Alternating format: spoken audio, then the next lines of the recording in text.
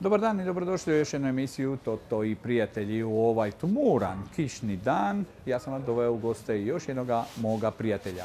I to, dame i gospodo, ni manje ni više nego svjetskog prvaka, europskog prvaka i olimpijskog pobjednika. I vidjet ćete kako se on sad zove. Idem do njega, on me čeka tu, pa ćemo malo popričati s njim o njegovoj karijeri, o njegovom životu, od kad je bio mali, pa evo sve do ovih današnjih dana. A on možda ima koje iznenađenje za nas još nekoga svoga. Idemo ga pozdraviti. Ovo je naš Šime Fantela. Šime, dobro nam došao. Hvala lijepa. Evo u našu emisiju. Još bolje te našao. Hvala. I evo jedan mali poklončić za tebe od našeg sponzora Sonika. Super, sad ne znam, čekaj. Ali vidi, sad ne znam da li vi sportaši, ja sam donio ovako malo pelinkovca, naše maraske tvornice zadarske, tako. Sportaši ne smo piti alkohol, ali isto se znaju proveseliti kad to osvoje, šampanjac, malo kave, to ti je zajedno za tvoj ženski dio. Može. Kući, malo sokova za malo pracu, je li tako? To je uvijek dobro. Maraska, da. I je li kuhaš? Kuhaš, jel? Da. Pa vidiš, onda znači ovo ti ovako će te lijepo poslužiti, jel? Može. Znači, ali viš što kaže, kuhajmo lokalno. Može, odlično. Je li tako? Odlično, hvala. Znači, kuhajmo lokalno, to kažu svi naši gosti, kuhajmo ono naše što je domaće tako i to je svježa hrana naša lijepa. Evo, to ćemo sad ovako slobodno. Eto, vidiš. Tako kad budeš kući kuha, koje ti je najomiljenije ovako za početak naše priče? Pa nekako sam navika najbrže. Može, super, hvala ti. Evo, možeš staviti na stolicu da ti ne smeta. Tako. Odlično. Nešto što je brzo, a ukusno, jer kad dođemo s regate, nakon mora želiš što prije jesti, si gladan, onda to uglavnom budu nekakva rižota, meso, riža, špageti, salata i sve da unutar pola sata spremiš. Tako da mi jedan od omiljenih mi je rižoto sa gljivama, tekvicama i piletinom. I to mi baš dobro ispadne. Pohvalili su me. Moram jedan put doći kod tebe da ja vidim kako ti to spremaš. To volim, rižoto. Ovo je naš Mauro, naš snimatelj, on je inače Italijan, vidiš, on ti isto te voli specijalitete, italijanske kuhinje, rižoto i to. Jel' ja Mauro? Evo da predstavim našim gledateljima za one koji ga ne znaju, Šime Fantela, naš jedriličar klase 49er sada, je li tako? Da, osvojio si mnoge titule, kao što sam u najavi rekao, svjetski prvak, europski prvak, olimpijski pobjednik. Znači, nema što možeš više osvojiti. Sve što je bilo. Što ima, na lageru, sve si to pohvatao, sila te pehar. Ajde, reci mi kako je to biti kad osvojiš ono zlatnu medalju, najprije si, ne znam, koja ti je bila prva zlatna? Prva zlatna velika mi je bilo svjetsko prvenstvo seniorsko 2009. godine. 2009. To smo u Danskoj, u malom mjestu blizu Kopenhagena. Prvi put na seniorskoj sceni osvojili prvo pa zlatnu medalju. Prvo pa muško što se gleda. Prvo pa muško, baš tako, jer smo u seniorima bili od druge, treće. Osvojili smo 3 juniorske prije toga, ali juniorska nema tu težinu. I onda smo u seniorskoj 2009. Osvojili zlato i nakon toga krenulo. Nakon toga smo biti svake godine osvojili Igor Marenić. Ja, Igor Marenić, moramo njega pozdraviti ovim putem, gdje je bio naš Igor, on je sa stresa. On je stresa, ali je tu Zadranin već. Dakle, to je bilo prvo, je li tako? Prvo zlato i to se pamti. To je baš, to se pamti, ali najslađe je naravno olimpijsko zlato iz Rija, jer što bi dali mnogi za olimpijsko zlato. Pazi, kaže oni košarkaši, nogometaši, kaže ne znam, Maradona kad je bio, što bi dao da ima olimpijsko zlato. Ima tu težinu baš. I mislim, nisam počeo jedriti radi olimpijskog zlata, ali u toj nekoj fazi kad si odrastao već onda skužiš da je to u biti ono zbog čega jedriš i ono što te gura naprijed. Taj san o olimpijskim igrama, pa onda san o osvajanju medalje. Dobro, kako si ti došao do jedrenja? Ajde mi reci, kad si bio mali, znam u Zadru si košarkaši ili nogometaši. Svi igraju nešto, jel? Kako si ti počeo? Pa ja sam stvarno, volio sam sve sportove, volim ih i dan danas. I non stop sam u dvorištu visio iza škole. A kako sam u jedrenju završio, otac je radio sa rođacima brod baš tu u ovoj lučici Vitrenjak. Jedan brod mislili su ga imati za... Edo, moj prijatelj, Edo, vidiš. U stvari ja sam prijatelj više s mog čača nego s tobom, ali? Sigurno, duže se zna. Tako je. I onda su oni radili brod, a mi smo se tu igrali kod dica. I vidjeli onako one male optimistiće tamo, vidiš ih. Vidi kako se lipo voze.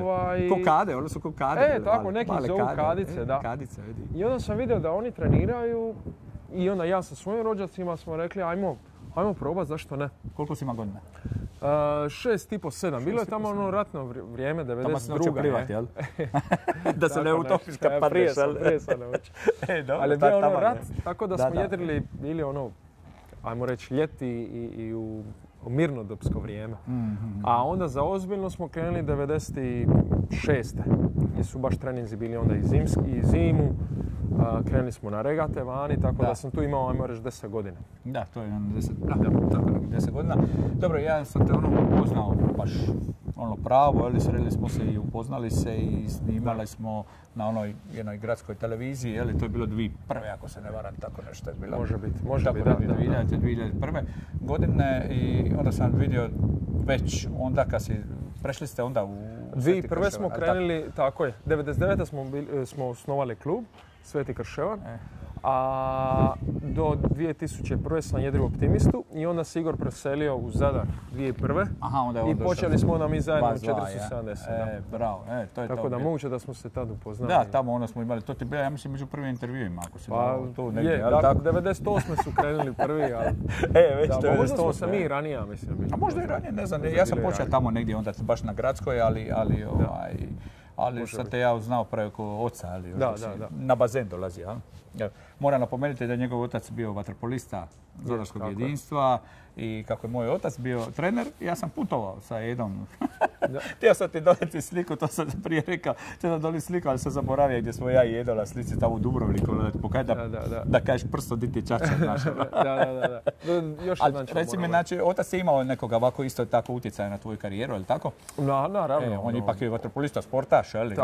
Sport ide za sportom nekako, je li tako? Razumi kako sport funkcionira i onda mislim, bio je tu non stop je pazio na nas, na mene, brata i kako se karijera razvija i da, kad smo osnovali svoj klub, onda je bilo je teže jer nismo imali baš jak suport, a rezultati su bili dobri, tako da je on tu odvalio ogroman posao u toj logistici da izgura cijeli taj projekt u biti da nas dovede. Koliko je jedrenje težak sport? Recimo, znam da je financijski to teško pratiti ako nisi kao vrhunski sportaš, ali treba tu puno opreme, treba tu naći kvalitetan broj, sve kvalitetno, je li tako? Jedrenje je dosta kompleksan i skup sport, moram reći da je skup sport, jer eto, ova naša jedrilica ovdje, možemo prošetati, stala je kiša. Možemo malo vidjeti, evo, on će nas pratiti. Evo, ova tu jedrilica 49er je, znači, brod... Jaka puljač taj. Može. Sve skupa oko nešto manje od 30.000 eura košta. Znači, to je sad jedan komplet. A ipak nije stala. Nije stala, ali evo, malo ćemo ovdje vidjeti gdje je ta. I onda još, znači, jedra moramo mijenjati svaka 2-3 mjeseca. Jarbol moraš imati 2-3. Evo imamo sad jedan brod, nas čeka u Japanu, odnosno u Novom Zelandu, gdje nam je svjetsko prvenstvo bilo. Sad se brod vozi s kontejnerom u Australiju gdje nam je sljedeće svjetsko prvenstvo. Znači moraš imati jedan kući kojim ćeš trenirati i jedan tamo koje ćeš odraditi svjetsko prvenstvo. Plus trener mora imati gumenjak i tamo, mora imati gumenjak ovdje. Minimalno ti je 60-70 konja. Tako da ti je budžet je jako, jako velik, to su velike cifre. S tim da, znači sad zamisli, mi sad gledamo smještaj dole, mjesec dana života u Australiji. Da, moraš ići Koliko na drugi kraj svijeta, hotele, apartmani. Spiza, renta kar. Tu se nauče kuvat, jel? Da, normalno, moraš, da. Jer tamo kad živiš, jel, moraš se snalaziti, jel, nije baš ni ugodno non stop u restoranima ići. Ma nemaš ti vremena za restorane i ne možeš se ti... Mi se stvarno trošimo puno na moru i ti se ne možeš ni najesti u restoran. Ti dobiješ onu jednu porciju, ti kad si gladan ko vuk, mi smo danas odradili 3 sata na moru, ti sad 2 pjata pašte stučeš bez problema. Da. I ti se to... A potrošiš se i treba puno pojesti. Jedino to vrijeme spremanja, eto, treba nam malo kraće nego u restoranu. Da, ajmo mi isto se malo ovdje, pa ćemo mi malo... Kad ovaj oblak prođe. Pa ćemo se mi vratiti nazad. A što ti tata kaže, koji je po njemu teži sport, jedrenje ili vaterpolo? Šta on kaže? Čuj, ja nisam ga pitao, dobro pitanje. Što bi on rekao, jer probaj jedno i drugo, jel? Tako je. Mislim, on zna kako je to sa vama. Trenirao sam i ja vaterpolo jedno 2 lita. I ja sam počeo, ali zato ti kažem, meni je bio vaterpolo strašno težak sport. Fizički treba to plivati. Fizički i ovo, jer smo 3-4 sata na moru, ali ona je kontaktno, više je kontaktna sport. Pa sad to bi se dalo raspravljati sada, jedna tema, uzeti par vaterpolista, stručnjaka. Vaterpolista staviti u brod, a mi igra vaterpolo. Što bi bilo lakše sad to. A to je dobro, vjerojatno bi bilo jedna i drugoga ovako i teško ispočetka, ali poslije se naviknu, ali... Ali evo, gdje si odrastao, Šime? Koji kvart? Voštarnica. Na Voštarnici, ali? Na Voštarnici sam odrastao, da, tamo, iznad škole. Ispod Penebodera. Ispod Penebodera. Dobro, znači ti si znaš ono, ja sam u Velebiskoj bio isto tako odrastao. Pa tamo mi je rođeno, ja sam tamo isto non-stop visio. Šta ste onda, kad si ti bio mali, šta ste radili dok prije nego što si recimo, dobro, dok se tek počinja? Pa kažem ti, tamo smo... Društvo ima. Imao sam društvo tamo, igrali smo često nogomet, košar. Nogomet smo igrali ili ispred škole, ili gore na igralištu ispod Penebodera. Tamo smo znali igrati košarku. Uglavnom gore bi na tom igralištu igrali koji sport je bio aktualan tada. Znaš na televiziji kako dica, vidiš dicu igraju rukomet, pa onda rukomet. Bilo svjetsko prvenstvo, su igraju rukomet. Pa je bila košarka, pa nogomet. Jedno vrijeme smo čak igrali bejsbol. Ima jedan je ima prijatelj ima palicu, čača mu je bio pomorac, donija palicu sa broda. Pa to je jedno vrijeme bilo popularno, zato čak bejsbol. Igrali smo bejsbol, više je bilo zanimljivo. To je non stop u dvorištu, kukala, vatala, skate smo puno vozili, frenje, skate role, sve živo, baš non stop smo visili vani. Da, vidiš, to je bilo dobro. Šime, kad si ti bio mali na Voštarnici dok si živio i to, poslije brat je bio mali, rodio se ili ovo, 4 godine smo razlike. 4 godine ste razlike. Dobro, sad ste znači zajedno u tom jedrenju, zajedno u toj klasi, jedrite. Kako je on imao uzora, što ti misliš prije toga? Kako je on došao u jedrenje? Pa vjerojatno i je došao u jedrenje radi mene jer sam krenio prije njega. Kad sam ja počeo jedriti, on imao 2-3 godine. 2 godine, Tako da je vjerojatno pratio kako idem ja na treninge, kako me stari vozi, kako došao je tu gledao i sigurno imao želju radi toga. Ali morat ćeš ga ti pitati. Sad ću ga ja zvati. U stvari ti ćeš ga zvati da dođe malo i piješ Red Bull, a? Red Bull vodka. Moram sad iza... Jel tako ide Red Bull vodka, ona pisma, jel? Iza treninga mi dobro dođe baš da me malo digne. Koliko se piju ta energetska pića uopće kod sportaša, a? Pa dosta se piju, mogu ti reći da se dosta piju. Ima raznih vrsta tih Red Bulla. Naravno, nećeš sad popiti 5-6. S vatrom, ja sam to zna popiti isto. Dobri su onog tipa, ako imaš dug dan, ako si ujutro odradio jedan trening pa popodne imaš još jedan, dobro dođe jedan Red Bull pa da te malo te razbudi. Da, razbudi. Baš. A reci mi, je li vi jedriličari ovako vrhunski, znači ti si svjetski prvak, olimpijski pobjednik, ovo imate zainteresiranih sponzora za vas? Može naći tako neki veliki kao što je Red Bull recimo? Pa mislim može se, samo moraš imati rezultate. Tu smo mi imali, u biti moraš imati, mogu reći skoro, u biti više stvari, jer Igor ja smo... Mora se poklopiti. Mora ti sport biti televizičan, da si na televiziji, da imaš termin kad je svjetsko prvenstvo, da ljudi znaju gledati, u 8 sati, u 12 sati startaju Šime Miho ili Šime Igor u Australiji svjetsko prvenstvo. I ti upališ i čekaš, u 12 sati startamo.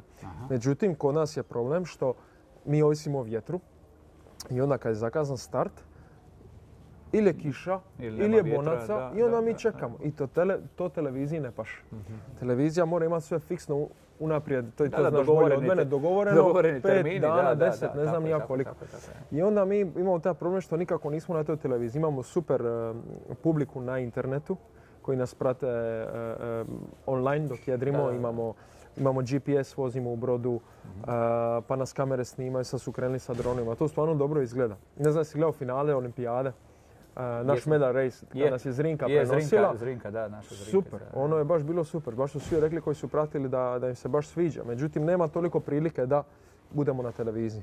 Tako da prvi uvjet je televizičnost, a drugi uvjet je dobar rezultat. Tipa Igor i ja dok nismo osvojili olimpijsku medalju, samo sa svjetskim medaljama i europskim nemaš taj impact na sponzore, tu snagu nemaš. Ali što sam htio reći, baš evo kad se spomenuo to finale tog jedrenja, kad je Zrinka prenosila, to je prvi put da se na Olimpijadi prenosilo za našu Hrvatsku, da se prenosilo direktno. Da, točno. Pa i to je Zrinka odradila fenomenalno, ona je bila to... Ne, super je bilo. Gušt je bilo slušati kako ona to... Gledao sam i ja baš to finale i mene oduševila. Prvo što ste vi osvojili, drugo što je kako je Zrinka to prenosila. Imao sam osjećaj već Zadranka zadrale. Super, baš su svi pohvalili. I na kraju Zrinka je to dobila posao na javnoj televiziji. Jer jedrenje je kompleksno, imamo pravila koja moramo poštovati. Kao u prometu, na primjer. Imamo taj vjetar, bove, oznake i sad ljudi koji nisu u jedrenju, nije lako razumjeti, ne kažem ja da je lako. A malo ih je koji su u jedrenju, a to je pratilo veliki dio gledatelja koji baš nisu upućeni u jedrenje. Bili smo prvi i trebali obraniti nekako to prvo, osvojiti medalju. Da, ono je bilo strašno, ono je bilo tako napeto gledati, hoće li. I to je bilo stvarno i sjećam se. Evo, kad smo već kod tih medalja i toga, dakle, olimpijsko zlato je nekako najupečatljivije bio, najjače. I onaj doček. Doček je bio veličanstven, stvarno. Fantastično, tu smo, kad dođeš. S autom smo došli ovdje, s aerodroma u Zagrebu. Nas, bila je cijela ekipa, bija Kostov, Cupač, Enija. Oni su nam se pridružili kasnije, tu puno ljudi iz USKOK-a. I tu nas je čekao onaj brod Branimir. Se sjećaš? Da, I onda smo se ukrcali, ovdje more ljudi, krcato je bilo. Sve je bilo, da, puno. Da. Prošli, ukrcali se na Branimira i onda sa flotom brodova lagano prema Orgunja. I tamo je bilo, tamo je bio doček, bilo je baš jedno... Ali vidiš kako Zadar, ali ja se sad vraćam na naš grad, ali Zadar, može se reći Zadar je košarkaški grad košarke, jel? Je. Pa je postaje grad nogometa. Je, istina. A onda jedan put i grad jedrenja, kad vidiš ti koliko smo mi imali reprezentativaca samo u jedrenju. Osim tebe, Igora, Šime, Mihe, pa onda Pavle Pero, Enija Romana. Tako je, Enija Romana. Sve su to ovdje potekli, nekako se to jedrenje razvilo i ja mislim da smo bili najjači grad u jedrenju u Hrvatskoj, je li tako? Pa je, sigurno. Sad ne znam li Enija još... Split je jak, Enija tu već dugo u Zadru, tako da ja isto smatram Zadrankom sigurno i Romana. Romana Župan. One su sad stale, ali za London su se spremale. Bile su u Londonu olimpijske igre, što je isto ogroman uspjeh. Prva ženska hrvatska posada koja je išla na olimpijadu. Tako da, puno se radi. Kostovi, Cupač, Pavle. Naravno, oni su Cupa odradio... Oni su isto bili na olimpijadi. Pero odradio 4 olimpijade. On je još u Ateni bio. A Pavle je 3, isto ko Igor i ja. A čekaj, imali smo mi tu još jedriličara i prije, je li tako? Je. Tu isto... Bilo je tu jako dobrih, talentiranih ljudi. Nisu bili na olimpijadama, ali su dobre rezultate radili. U vrijeme neke kad sam ja počeo tamo, još kad Tome Bašić je bio jedno vrijeme tu, da. Tako je, on je isto bio jedan od vrhunskih jedriličara. On je bio match racer, on se odlučio za tu kategoriju jedrenja, 1 na 1. I bio je u top 10 na svijetu dugo. Super, Tome je odličan jedriličar. Ajde meni malo objasni koje su najjače na svijetu te regate? Ja znam da su pratili smo na televiziji, kad ih ima u Australiji, znaš, one jedrilice gdje ih ima posebno koliko ih ima. Sydney Hobart, A imaš jedrenje super... 7, 8, 10 ih ima na ima ih više, zna ih biti više, 20-ak. Da, nekako atraktivno izgleda kad svi skaču, to su ogromne. Koliko imaju one jedrilice? A imaš i sad preko 30 metara brodova. Preko 30 metara mašine. To ide preko oceana. 30 milja, ide brzo, da. Da, to su te brzo. Imaš puno kategorija. Znači imaš to olimpijsko jedrenje, unutar kojih je 10 klasa, to što mi sad radimo. 10 klasa, manjih uglavnom je ili jednosjed ili dvosjed, znači da je za jednog ili dvoje ljudi. Onda imaš, ajmo reći, to radiš u ranijoj fazi života. Nakon toga možeš ići u profesionalce gdje ima 1000 klasa na svijetu. To su ovi krstaši, znači tu su brodovi sa troje i više ljudi, troje do 20, 25 ljudi. Da, to tako je. I tu imaš raznih kategorija, međutim jedno od jačih su TP52, RC44, to su Sail GP, to je sad novi na katamaranima. Te dvije, tri su vrh tog profi jedrenja, ako me razumiješ. Onda uz to imaš Volvo Ocean Race, to je više regata, to je regata oko svijeta. Znači natjecanje posada u istim brodovima oko svijeta. Znači krenu gore iz Španjolske. Prva etapa je Španjolska Cape Town, pa Cape Town ne znam gdje idu gore u Abu Dhabi. Onda iz Abu Dhabi idu prema Singapuru, pa dole prema Novi Zeland, pa Novi Zeland oko Rta Dobre Nade u Brazil, pa Brazil nazad u Europu. I to ti traje jedno 7-8 mjeseci.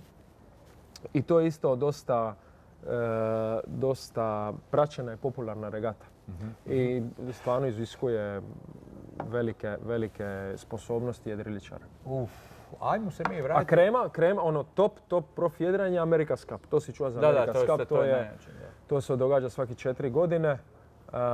I tu par ekipa bude jer je preskupo. Znači budžet za jednu ekipu, znači izgradnja broda, okupljanje cijelog tima, sportskog tima, dizajn tima. Moraš imati znanstvenike koji će to sve inženjeri. To je preko 200... To je snimanje filmova. To je baš preko 200 milijuna eura. Ali ajmo mi sada se vratiti malo na tvoju obitelj pa ćemo pozvati našeg Mihu. Ako je tu negdje, a? Miho! Pokucam. Dođi. Evo nam Miho stiže, malo da se vratimo mi. Moram ovu pepeljaru baciti. Mi smo nepušači, sportaši. Mi smo svi iz sportskih obitelji. Tako je. Pa ti si Miho, dođi, evo ovo je taj drugi dio ekipe. Ajde, sidi vamo malo ovako. Tako da se tako da malo vatamo sve. Ajde, jesi naručio Red Bull ili što? Popija već jedan. Što ćemo nešto naručiti? Neš više, nemoj da te baci mene to. Jel ti piješ, ajde Miho, samo malo bliže, se približi radi ovoga mikrofona. Tako da se čujemo. Reci mi, jel ti piješ Red Bull vodku? Kad je Red Bull, onda tu kaže Red Bull vodka. To se miša kod njih. Neka davno. Ali prestao sam si. A prestao si? Je. Dobro, koji je glavni Miho u obitelji? Čača, mater? Edo. Edo je ali mater amenuje sve. Kaj svugdje, jel? To je tako, mater što kaže. Ipak se mater najviše sluša, jel tako? Mater može, Čača vihne i ovo i ono. Ali mater drži sve kantune. Ali tako je, mater drži sve kantune, bez nje ništa. Čija je najbolja spiza, materina? Materina, pašticada je... Jer jedva čekate doći doma posle kad ste u Australiji pa kažeš ajme kad će doći u Zadar pa materinu spiza. I onda se zaželimo uglavnom lešo i juhe.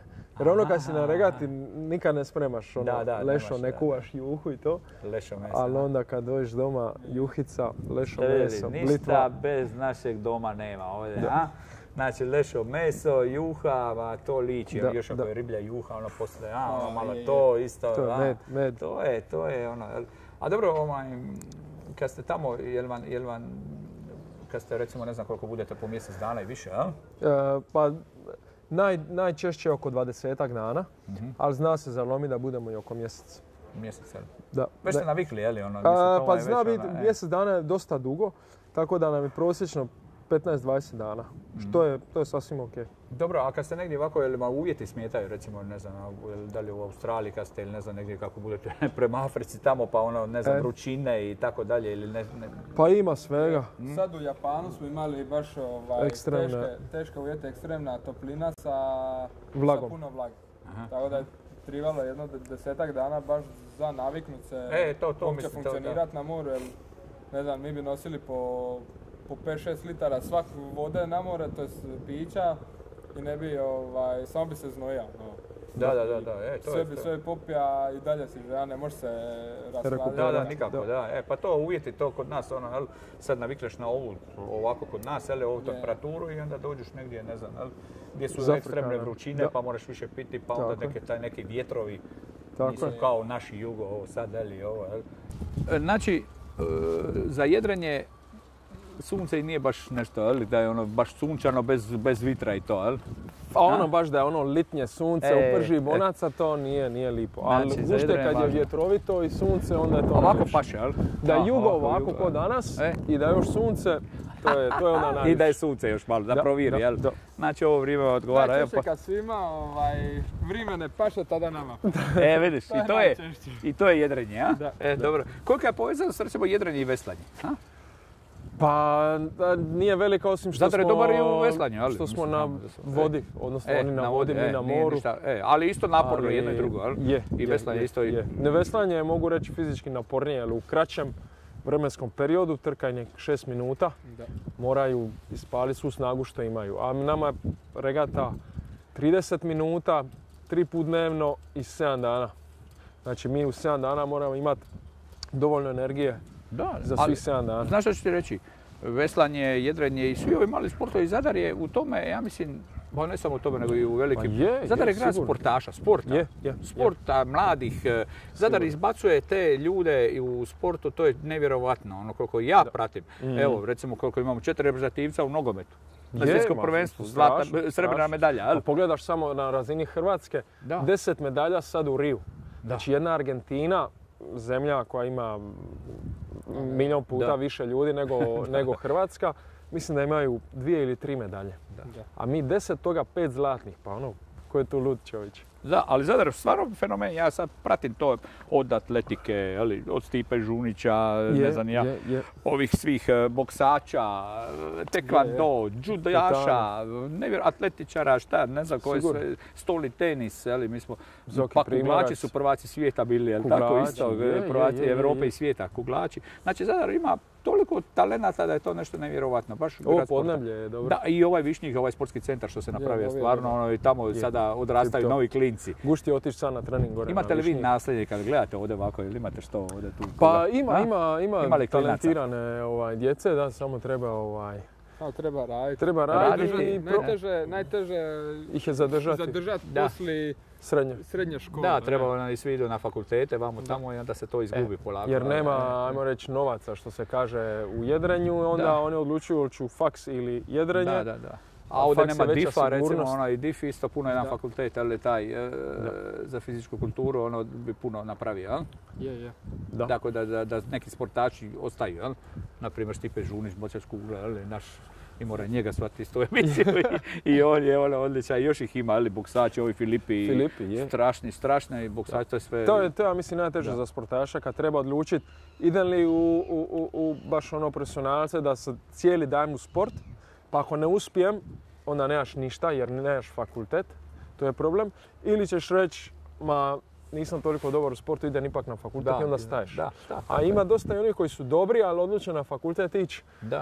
Jer teško uskladiti jedno i drugo. Jedno i drugo i nema ni financija, ni mogućnosti za ovo da se idu vamo i tamo i tako da je. Dečki moji, ja ću vas sada lijepo ostaviti da se vi bavite svojim poslom. Nadam se da ćete me pozvati na vaš taj ručak, onaj rižot što mi je Šime obećao. Naravno da budemo tamo, pozdravite mi svoje roditelje, vaše najbliže. Bilo mi je drago i vidimo se i čujemo se. Evo, Miho, bilo mi je drago. Hvala Šime, meni je uvijek drago, vi ste moji prijatelji, a ova emisija se zove Toto i prijatelji. Gledali ste još jednu emisiju i sljedeći utorak ćemo biti sa još jednim mojim prijateljem ili prijateljicom. Zato do tada, lijepi pozdrav! Pozdrav! Ćao!